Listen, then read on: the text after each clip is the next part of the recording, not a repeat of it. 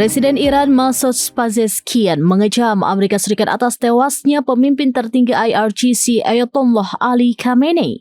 Pezeshkian memberikan warning bahwa pihaknya akan melancarkan gempuran habis-habisan membalas ulah Amerika Serikat dan Israel.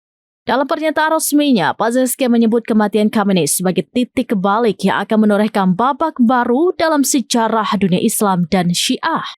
Ia juga menegaskan pengorbanan dari Ali Khamenei sebagai simbol perlawanan terhadap penindasan Zionis dan Amerika pada Minggu 1 Maret 2026. Teheran memastikan para pelaku serangan akan menyesali tindakan mereka. Pezeshkian kini mengumumkan 7 hari libur nasional dan 40 hari berkabung atas wafatnya Ali Khamenei. Presiden Amerika Serikat Donald Trump mengeluarkan peringatan keras kepada Iran. Ia mendesak Iran tidak melancarkan serangan balasan setelah pemimpin tertinggi mereka, Ayatollah Ali Khamenei, tewas. Amerika Serikat pun menegaskan jika Iran menyerang, maka Amerika Serikat akan menggempur Teheran dengan semua kekuatan penuhnya.